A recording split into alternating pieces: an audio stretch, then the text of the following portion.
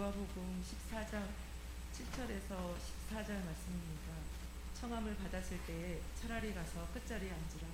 그러면 너를 청한 자가 와서 너더러 모시어 올라 앉으라 하리니 그때에 함께 앉은 모든 사람 앞에서 영광에 있으리라. 무릇 자기를 높이는 자는 낮아지고 자기를 낮추는 자는 높아지리라. 또 자기를 청한 자에게 이르시되 내가 점심이나 저녁이나 베풀거든 벗이나 형제나 친척이나 부한 이웃을 청하지 말라. 두렵건대 그 사람들이 너를 도로 청하여 너에게 가품이 될까 하노라. 잔치를 베풀거든 차라리 가난한 자들과 몸 불편한 자들과 저는 자들과 맹인들을 청하라. 그리하면 그들이 갚을 것이 없으므로 내게 복이 되리니 이는 의인들의 부활시에 내가 가품을 받겠음이라 하시더라.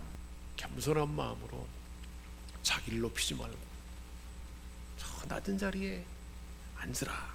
낮은 자리에 앉아 있으면 그러면 오히려 주인으로부터 왜 거기에 앉아 있습니까? 이 높은 자리로 이 자리로 올라오세요 라고 그렇게 권유를 받게 될 것이고, 그러면 많은 사람들 앞에서 인정받고 영광을 받게 될 것이다 라고 예수님이 비유를 들어서 말씀해 주셨습니다. 그래서 11절에 우리 주님이 결론적으로 말씀해 주셨어요. 무릇 자기를 높이는 자는 실제로 낮아진다는 거예요. 그리고 자기를 낮추는 자는 높아지리라. 스스로 자기를 높이는 자는 결국 낮아져 버린다는 거예요. 겸손하게 자기를 낮추는 사람은 높임을 받는다는 거예요. 우리가 세상을 살아갈 때 자기 자신을 늘 낮은 마음을 품고 겸손히 다른 사람을 섬기려고 하는 그 자리에 있게 되면 오히려 높임을 받는다는 것을 말씀해 주고 있습니다. 실제로 높은 자리에 앉고자 한 그 사람은 그 자리를 비켜줘야 했고 그 자리와 인정을 다 빼앗기게 될 수밖에 없습니다. 세상에서도 그렇게 된다는 거예요. 그 낮은 자리에 앉아야 할 사람은 어땠습니까? 스스로를 높였다 그랬습니다. 결국은 어떻게 됐습니까? 말석으로 쫓겨나고 말았어요. 밀려나고 말았습니다. 그래서 잠언 11장 2절에 말씀하고 있습니다. 교만이 오면 욕도 오거니와 교만한 마음은 욕이 따른다는 거예요. 겸손한 자에게는 지혜가 있느니라 그랬습니다. 이렇게 스스로 자기를 낮추는 사람은 어떤 사람일까요? 다른 사람에 대해서 늘 나는 섬기는 자다, 항상 누군가를 도우려고 준비가 되어 있는, 우리 예수님이 그렇게 하셨던 것처럼 그런 사람이 바로 겸손한 사람입니다. 스스로를 낮추는 겸손한 사람은 그러니까 결국은 어떻게 될까요? 자기 실력은 대단하고 영향력은 있는데 그러니까 다른 사람들로부터 더 인정을 받습니다. 실제적으로 사람 마음을 얻게 되는 거죠. 그래서 이런 사람은 모든 사람이 막 가까이 몰려들어요. 실제로 자기를 막 뽐내고 대단한 채 여기면 사람들이 몰려들지 않습니다. 그러나 자기를 낮추며 다른 사람을 섬기는 사람은 주변의 사람들이 막 몰려드는 거죠. 그럼 모든 사람에게 영광을 얻게 됩니다. 그래서 다른 사람을 섬기며 도움 삶을 살게 되니까 높임을 받게 되고 모든 사람들이 함께 즐거워하는 그런 삶을 살게 된다는 것입니다. 잠언 22장 4절에 말씀했습니다. 겸손과 여호와를 경외함은 함의 보응은, 겸손하고 하나님을 경외하고 하나님을 두려워하고 늘 낮은 마음으로 그런 삶을 사는 사람은 재물과 영광과 생명이 있을 것이다 하겠습니다. 어떤 사람이 재물을 얻습니까? 겸손한 사람, 하나님을 경외하는 사람이 재물과 영광과 생명을 얻는다 말씀하고 있습니다. 잠언 29장 23절에서는 사람이 교만하면 낮아지게 되고 마음이 겸손하면 영예를 얻으리라 그랬습니다. 이어서 우리 주님께서는 서로 높은 자리에 차지하고자 하는 그들을 향하여 자기를 낮추고 낮은 자리를 앉으려 하고 오히려 다른 사람을 섬기는 마음을 갖는 것이 얼마나 중요한지 모릅니다. 비유를 들어서 자기를 초청했던 바리새인의 두려움, 이 사람에게 아주 강력한 경고의 말씀으로 비유를 들어서 말씀해 주셨습니다. 12절입니다. 자기를 청한 그 사람에게 우리 예수님이 하신 말씀이에요. 내가 점심이나 저녁이나 베풀거든 벗이나 형제나 친척이나 부한 이웃을 청하지 말라는 거예요. 우리 일상적으로 우리가 식사에 초대하는 사람들이 어떤 사람인가요? 친한 친구나 형제나 친척이나 부한 이웃, 나보다 좀 더 나은 이런 사람을 초청하는 경우가 많다는 거예요. 이런 은혜를 갚을 수 있는, 그리고 갚을 수밖에 없는 그 주변의 사람들을 청한다면 나중에 반드시 또 내가 받은 만큼 또 이렇게 서로 나누고 섬기게 되지 않습니까? 그러면 자신이 베푼 것을 도로 받게 될 것이고 그것이 그가 받은 전부라는 거예요. 일생의 삶 가운데 그렇게 살아간 삶은 하나님 앞에 상이 되는 것이 없다는 거예요. 다 이 세상에서 다 사라져버리고 나무와 집과 이런 풀처럼 다 사라져버린다는 거예요. 그래서 그는 하나님의 갚음을 받지 못할 것이라. 하나님으로부터 갚음을 받지 못한다는 거예요. 그러니까 우리가 누군가를 섬기고 누군가를 식사 초대하고 누군가에게 베푸는 삶은 하나님이 인정받으면 하나님이 기쁨이 되는 거, 하나님이 인정하는 섬김이며 사심이 없이, 아무 사심이 없이 누군가에게 시간을 드리고 마음을 드리고 식사에 초대하고 물질을 드리면 이런 것은 하나님이 갚아준다는 거예요. 반드시. 그래서 13절에 잔치를 베풀거든 차라리 가난한 자들, 다시 갚을 수 없는 가난한 자들, 몸 불편한 자들, 몸이 불편하고 거동이 불편한 그런 부자연스러운 사람들, 저는 자들과 맹인들을 청하라. 그리하면 갚을 것이 없으므로, 그들이 갚을 것이 없다는 거예요. 내게 복이 되리라. 결론은 갚을 것이 없는 사람을 초대하면, 갚을 것이 없는 사람에게 베푸는 삶은 하나님으로부터 갚음이 된다고 말씀해주고 있습니다. 바로 이런 사람이 자기를 낮추는 겸손한 사람이라는 거예요. 진정으로 자기를 낮추는 겸손한 사람. 우리 예수님이 그랬잖아요. 나는 섬김을 받으려 함이 아니고 오히려 섬기려 하고 많은 사람들에게 내 생명을, 대성물로 나를 죽음에 완전히 몸이 찢기고 자기를 완전히 바삭바삭 다 내어드리는, 그렇게 살기 위해서, 그렇게 해서 나는 이 세상에 왔다. 내가 그렇게 이 사랑을 나타내 보인 것처럼 우리 주님이 그랬잖아요. 너희도 서로 사랑하라. 이런 삶이 가장 복된 삶이라는 거예요. 갚을 것이 없으므로 하나님으로부터 갚음이 된다는 거예요. 사람이 우리에게 갚음을 주는 것은 한계가 있어요. 별거 아니에요. 하나님이 갚아주는 삶은 상상할 수 없습니다. 내면의 기쁨이 있을 것이고요, 마음의 평안도 행복이 있을 것이고, 또 물질적으로도 환경적으로도 아주 하나님 갚음이 되는 것은 풍성합니다. 그 하나님의 역사입니다. 그래서 예수님께서 누구를 청하려고 하거든, 그러니까 우리가 청한다는 것은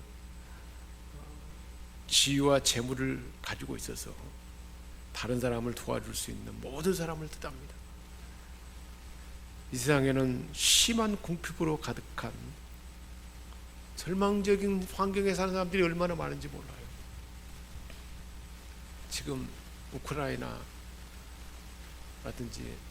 그리고 소말리아라든지 내전에 휩싸이고 있는 그 아프리카 지역들, 이런 나라들은 얼마나 가난하고 실제로 마실 물이 없어가지고 흙탕물을 마시는, 정말로 갚을 것이 없는 그런 사람들이 얼마나 많은지 모릅니다. 그런 연약한 자들, 혹 우리 주변에도 그런 사람이 있다면 그런 사람을 초대하고 그런 사람을 섬길 것을 우리 주님은 분명히 우리에게 들려주고 있습니다. 자기를 낮추는 겸손한 사람은 결국은 어떻게 된다고 말씀하고 있는가요?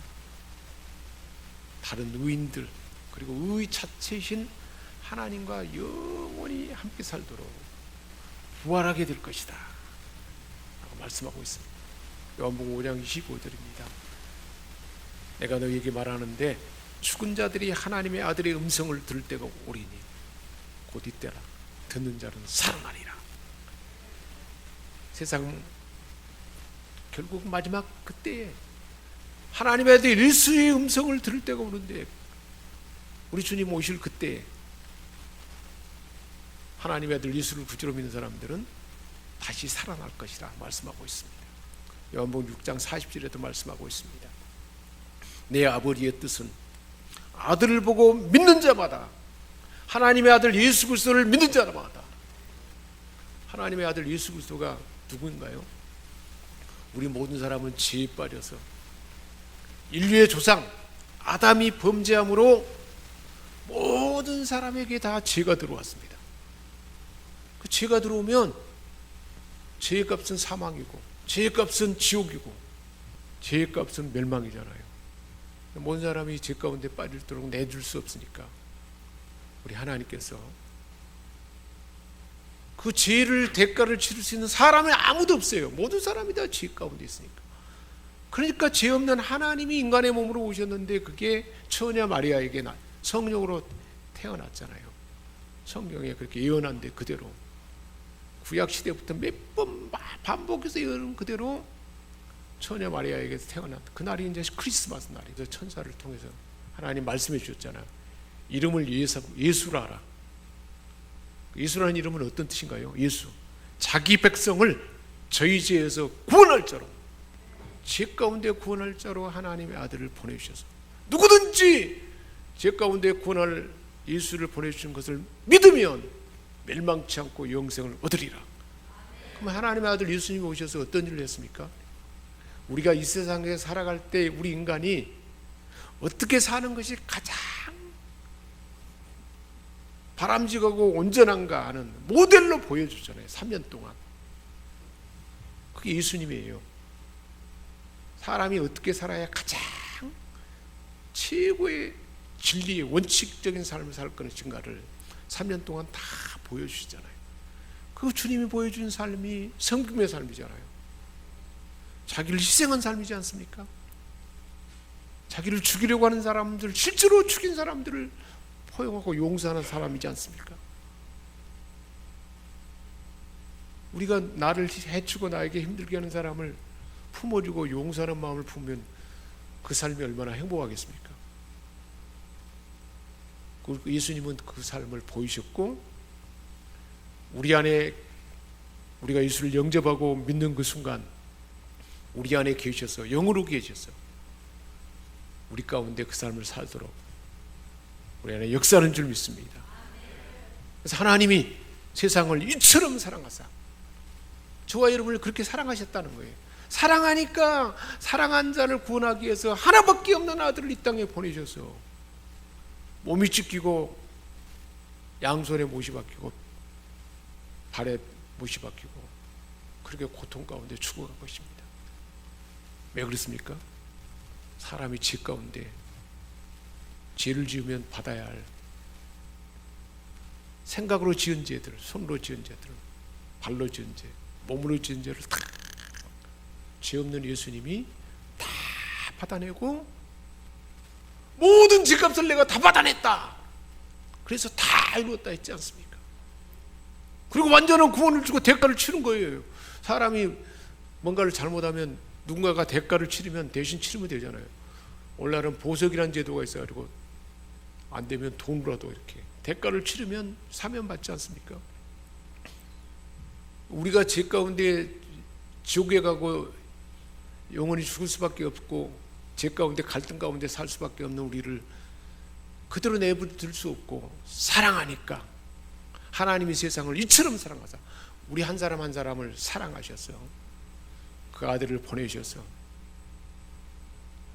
완벽한 죄 없는 하나님의 아들이 실제로 대신 죽음으로 못 박히고 찌르리고 다 이뤘다는 그 구원을, 그 사실을 믿는 것이 예수 믿는 거예요. 누구든지 저를 믿으면 멸망치 않고 영생을 얻으리라. 할렐루야. 그 구원을 우리에게 주신 줄 믿습니다. 내가 이렇게 희생하면서 나를 다 내준 이 섬김을 본받아서 그렇게 갚을 것이 없는 누군가를 위해서 너희도 그렇게 초대하고 섬기라고 우리 주님 말씀하신 것입니다. 그런 사람은 결국 부활 시에 상을 받을 것이라. 갚을 것이 없으므로 내게 복이 되리라. 의인의 부활 때 상을 받게 될 것이다. 우리 주님 다시 오실 그때에 상을 받을 것이라는 것입니다. 마태복음 19장 21절에도 말씀하고 있습니다. 예수께서 가라사대 내가 온전하고자 할진대 가서 내 소유를 팔아 가난한 자들을 주라. 그리하면 하늘에서 보화가 내게 있으리라. 내가 가진 것은 누군가를 섬기며 나눠주면 하나님이 갚아주는데 하늘의 보화가 있을 것이라 말씀하고 있습니다. 누가복음 6장 28절에도 말씀하셨습니다. 우리 주님이 하신 말씀이에요. 주라. 그렇게 가난하고 갚을 것이 없는 누군가를 순수한 마음으로 주라. 그래야면 너에게 줄 것이니 하나님이 주시는데 후히 되어 누르고 우리가 대에다가 뭘 곡식을 담을 때 후히 되어 쿵쿵 누르고 흔들어서 너에게 안겨주리라. 할렐루야.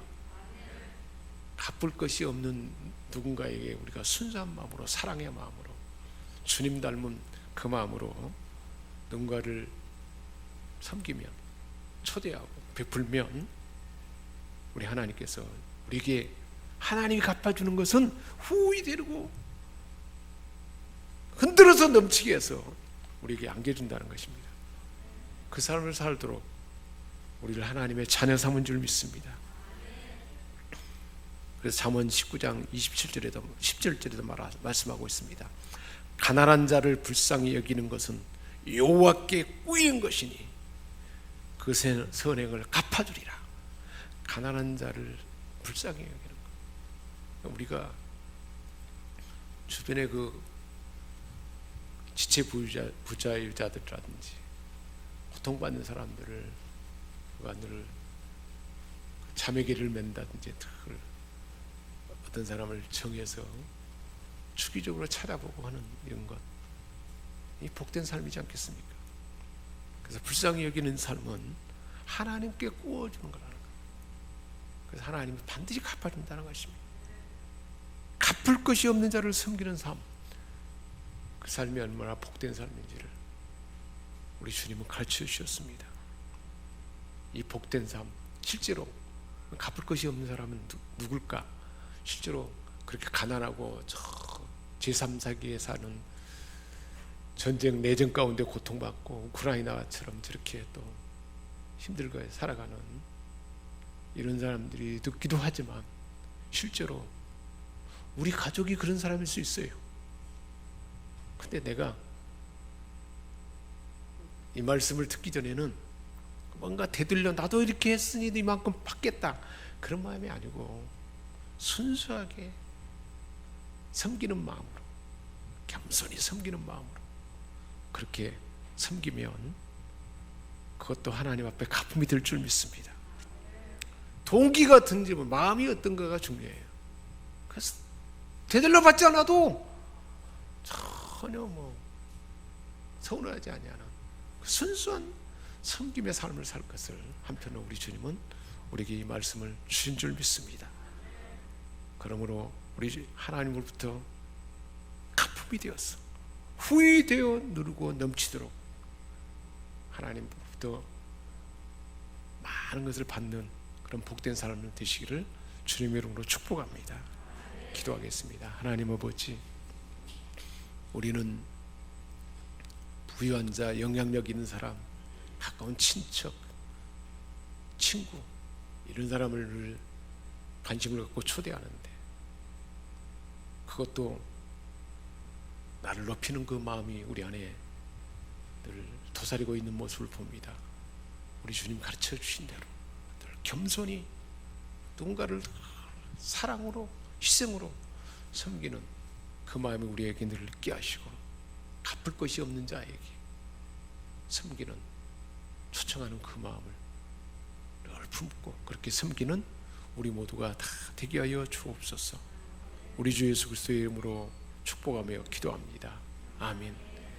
이제는 우리를 죄악 가운데 건져주시고 영원한 생명을 주신 주 예수 그리스도의 은혜와 하나님 우리 아버지의 크신 사랑하심과 성령의 감화 감동 교통 충만케 하시는 은사가 이곳에 모인 하나님의 자녀들 그리고 우리가 마음에 품고 기도하는 자들 사랑하는 우리의 가족과 그리고 앞으로 태어날 우리 자손들 후손들 모두에게 이제와 영원토록 함께 하시옵기를 축원하옵나이다.